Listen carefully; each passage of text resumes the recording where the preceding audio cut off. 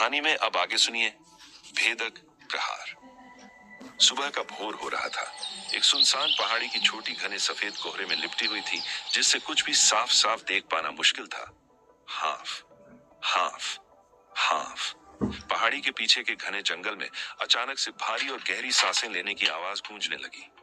अगर कोई पास जाकर देखता तो जंगल के बीचों बीच एक खाली जगह पर एक छोटा सा लड़का अपने दोनों हाथों से एक पेड़ की मोटी और मजबूत टहनी से लटका हुआ था। वो अपनी बाहों की ताकत का इस्तेमाल करके अपनी बॉडी को बार बार ऊपर खींच रहा था और फिर नीचे छोड़ रहा था। इस मोशन के दौरान उसकी बॉडी कुछ अजीब और मुश्किल पोजेस बना रही थी। ये ऐसे पोज थे जो शरीर की हर एक मसल को एक साथ स्ट्रेच और ट्रेन कर रहे थे। इतना ही नहीं, उसकी कलाई और टखनों पर काले रंग के भारी लोहे के वेट्स बंधे हुए थे।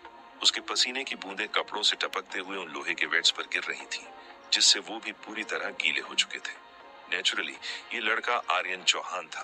अपने बाकी कजिन्स की तरह वो बचपन से किसी रईसी या लग्जरी में नहीं पला था। इसके बजाय उसके स्ट्रिक्ट पिता ने उसे हमेशा यही सिखाया था कि ट्रेनिंग में सबसे इंपॉर्टेंट चीजें होती हैं, विल पावर और हार्ड वर्क। यही दो चीजें आर्यन का सबसे बड़ा वेपन थी, जो उसे उन अमीर और बिगड़े हुए लड़कों से अलग बनाती थी। पसीने की कुछ बूंदें आर्यन की आंखों में चली गईं, जिससे एक तेज जलन हुई। आर्यन ने कसकर अपने दांत पीस लिए। उसे अपनी बॉडी में ओवर ट्रेनिंग की वजह से उठने वाला भयानक दर्द साफ महसूस हो रहा था। इस पॉइंट पर आकर कोई भी नॉर्मल इंसान हार मानकर रेस्ट करना चूज करता, लेकिन आर्यन के कानों में अपने पिता की बातें गूंज रही थीं। यही वो टाइम होता है जब इंसान अपनी लिमिट्स को तोड़कर आगे बढ़ता है, इसलिए उसे हर हाल में बर्दाश्त करना था। उसे किसी भी कीमत पर अपनी पकड़ नहीं छोड़नी थी। आधे साल बाद होने वाले फैमिली कंपटीशन के लिए उसे ऐसे ट्रेनिंग करनी थी जैसे उसकी जान दांव पर लगी हो। जब आप अपनी लिमिट्स को क्रॉस करते हैं तो चक्कर आने लगते हैं और उल्टी जैसी फीलिंग होती है, लेकिन आर्यन ने हार नहीं मानी और डटा रहा। तभी अचानक उसे अपनी बॉडी के अंदर से एक अजीब सी गर्म हीट बाहर आती हुई महसूस हुई। इस हीट ने पल भर में उसकी सारी थकान मिटा दी और उसके अंदर एक नई एनर्जी भर दी। ये रक्त अश्वगंधा का पावर था। पर कुछ दिन पहले वो रक्त अश्वगंधा आर्यन के पिता राघव की इंजरीज को ठीक करने के लिए रखा गया था, लेकिन राघव की जिद की वजह से आखिरकार उसे आर्यन को ही दे दिया गया था। ये मानना पड़ेगा कि आर्यन जैसे वज्रदेह के लो लेवल प्रैक्टिशनर के लिए इस तरह की जादुई बूटी किसी चीट कोड से कमती कर्म नहीं थी। सिर्फ कुछ ही दिनों की ट्रेनिंग में आर्यन साफ तौर पर फील कर सकता था कि उसकी बॉडी पहले से कहीं ज्यादा स्ट्रॉन्ग और रफ एंड टफ हो चुकी है। हालांकि रक्त अश्वगंधा ने आर्यन की ट्रेनिंग को एक बड़ा बूस्ट दिया था, लेकिन उसकी पावर अनलिमिटेड नहीं थी। आखिर वो सिर्फ एक ग्रेड 1 लेवल की बूटी थी, इसलिए 5 दिन लगातार इस्तेमाल के बाद उस बूटी का इफेक्ट धीरे धीरे कम होने लगा था। लेकिन बूटी का असर पूरी तरह से खत्म नहीं हुआ था। चूंकि आर्यन की बॉडी अभी स्ट्रेंथनिंग के सिर्फ इनिशियल स्टेज पर थी, इसलिए उसकी बॉडी एक बार में सारी मेडिसिनल पावर को अब्सॉर्ब नहीं कर पाई थी। उस बूटी का कुछ असर उसकी बॉडी की गहराइयों में जाकर छुप गया था, और अब जब आर्यन ने अपनी बॉडी को इस कदर एक्सट्रीम लिमिट तक पुश किया तो वो छिपा हुआ असर आखिरकार निचोड़कर बाहर आ गया और उसकी भूखी बॉडी ने उसे पूरी तरह निगल लिया। जैसे जैसे वो गर्माहट उसकी नसों में दौड़ी, आर्यन को लगा जैसे उसकी बॉडी का एक एक सेल खुशी से झूम रहा हो। उसका सारा दर्द और थकान एक रिफ्रेशिंग एनर्जी में बदल गया। हेया! आर्यन ने टहनी को कसकर पकड़ा और अपनी बॉडी को पूरी ताकत से हवा में स्विंग किया। एक हवा में गुलाटी मारते हुए वो परफेक्ट बैलेंस के साथ जमीन पर लैंड हुआ। उसने अपनी पीठ को पीछे की तरफ स्ट्रेच किया और तभी उसकी बॉडी की सारी हड्डियों से एक साथ छटकने की आवाज आई। अपनी बॉडी में हुए इस बदलाव को देखकर आर्यन की आंखों में एक खुशी की चमक आ गई। उसकी बॉडी सच में बहुत हार्ड हो चुकी थी। वज्रदेह 3रा लेवल। आर्यन ने अपनी छोटी मुट्ठियों को कसकर भींचा। उसकी मसल्स में जो पावर दौड़ रही थी उसे फील करके उसके चेहरे पर एक बहुत बड़ी और एक्साइटेड स्माइल आ गई। फैमिली के खराब हालातों की वजह से उसे कभी बूटियां यूज करने का मौका नहीं मिला था। उसने सपने में भी नहीं सोचा था कि सिर्फ एक बूटी का रिजल्ट इतना माइंड ब्लोइंग हो सकता है। बुरा नहीं है। आर्यन अभी अपने इस नए लेवल अप को एंजॉय कर ही रहा था कि तभी साइड से एक आवाज गूंजी। उसने झटके से पलट कर देखा। सामने एक बड़े से पेड़ के नीचे राघव चौहान सादे कपड़ों में खड़े थे, और सबसे शॉकिंग बात, उनके हमेशा स्ट्रिक्ट रहने वाले चेहरे पर आज एक हल्की सी प्राउड स्माइल थी। पापा! आर्यन उन्हें देखते ही एक्साइटमेंट से चिल्लाया। राघव ने सिर हिलाया और आर्यन के पास आकर उसकी बॉडी को सिर से पैर तक स्कैन किया। उनके चेहरे पर आखिरकार एक रेयर स्माइल आ ही गई। वज्र देह का तीसरा लेवल। इम्प्रेसिव। ये सब उस रक्त अश्वगंधा का कमाल है। आर्यन ने अपना सिर खुजलाते हुए मुस्कुराकर कहा, रक्त अश्वगंधा सिर्फ एक ग्रेड 1 ब्यूटी है। अगर कोई और इसे खाता तो भी उसे दूसरे लेवल से तीसरे लेवल तक पहुंचने में कम से कम 1 या 2 महीने लगते। ये सिर्फ और सिर्फ तुम्हारी अपनी मेहनत का नतीजा है। राघव ने आर्यन की तरफ देखते हुए एक हल्की सी सांस ली। राघव ने नोटिस किया था कि आर्यन पिछले कुछ दिनों से खुद को किस हद तक टॉर्चर करके ट्रेनिंग कर रहा था। कई बार तो उन्होंने अपनी पत्नी मीरा को आर्यन की हालत देखकर रोते हुए भी देखा था। भले ही राघव ने मुंह से कुछ नहीं कहा, लेकिन एक पिता होने के नाते उनका दिल भी अंदर ही अंदर तड़प उठता था। उन्हें बहुत अच्छे से पता था कि आर्यन पागलों की तरह ट्रेनिंग क्यों कर रहा है। वो बस आधे साल बाद होने वाले फैमिली कंपटीशन में कुछ बड़ा करना चाहता था, ताकि चौहान फैमिली में उसके पिता की खोई हुई इज्जत वापस लौट सके। आर्यन बस खुशी से मुस्कुराता रहा। उसे लग रहा था कि उसकी सारी मेहनत आखिरकार रंग ला रही है और अब वो चौहान फैमिली के टॉप कल्टीवेटर्स की लिस्ट में अपनी जगह बनाने के लायक हो रहा है। अपने इन लोहे के वेट्स को उतार कर फेंक दो। अब तुम वज्रदेह के तीसरे लेवल पर हो, तो तुम ऑफिशियली मार्शल आर्ट्स की ट्रेनिंग के लिए एलिजिबल हो चुके हो। आज मैं तुम्हें फिस्ट टेक्निक का एक फॉर्म सिखाऊंगा, राघव ने सीरियस टोन में कहा। ये सुनते ही आर्यन की काली आंखों में जैसे सितारे चमक उठे। भले ही वो तीसरे लेवल पर पहुंच गया था, लेकिन उसे लड़ने की कोई टेक्निक नहीं आती थी। वो सिर्फ अपनी ब्रूट फोर्स का इस्तेमाल करता था। वो अंदर से हमेशा चाहता था कि वो कोई असली मार्शल आर्ट सीखे, ताकि फाइट में उसका पोटेंशियल बढ़े। लेकिन राघव ने कहा था कि जब तक बॉडी पूरी तरह तैयार नहीं होती, तब तक कोई टेक्निक नहीं सिखाई जाएगी। अब जब वो मौका आ गया था, तो आर्यन की खुशी का कोई ठिकाना नहीं था। इस दुनिया के सारे मार्शल आर्ट्स को 3 कैटेगरीज और 9 लेवल्स में डिवाइड किया गया है। लेवल 1, 2 और 3 लोअर कैटेगरी में आते हैं। लेवल 4, 5 और 6 मिडिल में और 7, 8, 9 टॉप कैटेगरी में।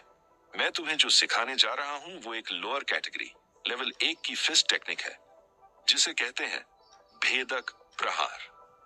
राघव ने एक्सप्लेन किया। आर्यन ने समझदारी से सिर हिलाया। उसे इस बात से कोई निराशा नहीं थी कि वो सिर्फ लेवल 1 की टेक्निक सीख रहा है। उसे पता था कि चीजें स्टेप बाय स्टेप ही आगे बढ़ती हैं। चौहान फैमिली के पास सबसे हाईएस्ट टेक्निक सिर्फ लेवल 4 की थी, जो उसके दादाजी को मेन सूर्यवंशी क्लैन के इनर सर्कल में रहते हुए बाय चांस मिली थी। भले ही मार्शल आर्ट्स के अलग अलग लेवल्स होते हैं, लेकिन सबसे इंपॉर्टेंट होता है उसे यूज करने वाला इंसान। एक स्ट्रॉन्ग मास्टर के हाथों में लेवल 1 की टेक्निक भी मौत का फरमान बन सकती है। इसलिए तुम्हारी बॉडी जितनी स्ट्रॉन्ग होगी, तुम्हारा अटैक उतना ही डेडली होगा। राघव ने अपना हाथ आगे बढ़ाया और आर्यन को इशारा किया।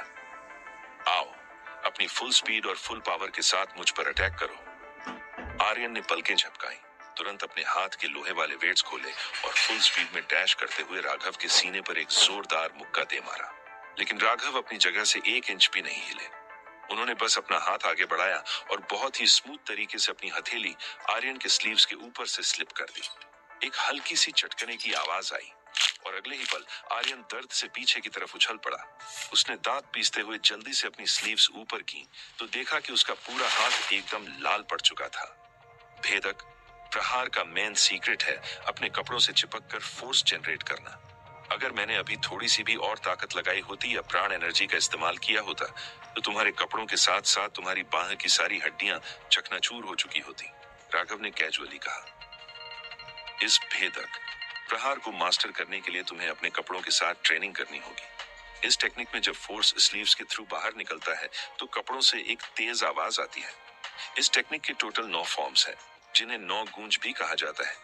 जब तुम सही फॉर्म यूज करोगे, तो कपड़ों से एक छटकने की छटाक आवाज आएगी, और जब तुम 9 के 9 फॉर्म्स को एक साथ बिना रुके यूज करोगे, तो 9 गूंज एक साथ उठेंगी, और तब इसकी पावर किसी लेवल 2 मार्शल आर्ट को भी टक्कर दे सकती है। अब ध्यान से देखना और इन 9 फॉर्म्स को अपने दिमाग में बैठा लेना। एक हल्की सी हुंकार भरते हुए राघव ने अपना स्टैंस लिया। उस पल वो किसी भूखे बाघ की तरह खूंखार लग रहे थे, और जब उन्होंने मूव करना शुरू किया, तो उनकी चपलता किसी बंदर जैसी थी। राघव के हर पंच के साथ उनके कपड़ों से एक बहुत ही क्रिस्प और तेज छटकने की आवाज गूंजने लगी। आर्यन बिना पलक झपकाए बस उन मुक्कों को देख रहा था। उसका पूरा फोकस सिर्फ और सिर्फ उस टेक्निक पर था। आर्यन को सिखाने के लिए राघव ने जानबूझकर अपनी स्पीड बहुत स्लो रखी थी और हर मूव को 2-3 बार रिपीट किया। आखिरकार वो रुके और आर्यन की तरफ देखकर बोले, क्या तुमने इसे याद कर लिया? आर्यन ने कुछ सेकंड तक अपने आप में बुदबुदाया और फिर थोड़ा कंफ्यूजन के साथ सिर हिलाया। ओह, तो जरा मुझे करके दिखाओ। राघव के चेहरे पर एक हैरानी थी। भले ही उन्होंने स्पीड बहुत स्लो रखी थी, लेकिन भेदक प्रहार के 9 फॉर्म्स एक बार में याद करना कोई बच्चों का खेल नहीं था। ऊपर से ये आर्यन का मार्शल आर्ट्स के साथ पहला एनकाउंटर था। क्या सच में इस लड़के ने इसे इतनी जल्दी याद कर लिया? जैसे आर्यन ने अपने पिता के डाउट को भांप लिया हो, वो 2 कदम आगे आया। उसने अपनी दोनों मुट्ठियां आगे की और 9 के 9 फॉर्म्स परफॉर्म करना शुरू कर दिया। हालांकि उसकी स्पीड बहुत स्लो और थोड़ी भद्दी थी, लेकिन फॉर्म्स बिल्कुल एक्यूरेट थे। ये देखकर राघव के चेहरे पर एक छिपी हुई प्राउड स्माइल आ गई। भले ही आर्यन की परफॉर्मेंस एकदम नौसिखिए वाली थी, लेकिन पहली ही बार में पूरे 9 फॉर्म्स को सही सीक्वेंस में परफॉर्म कर देना किसी जीनियस से कम नहीं था।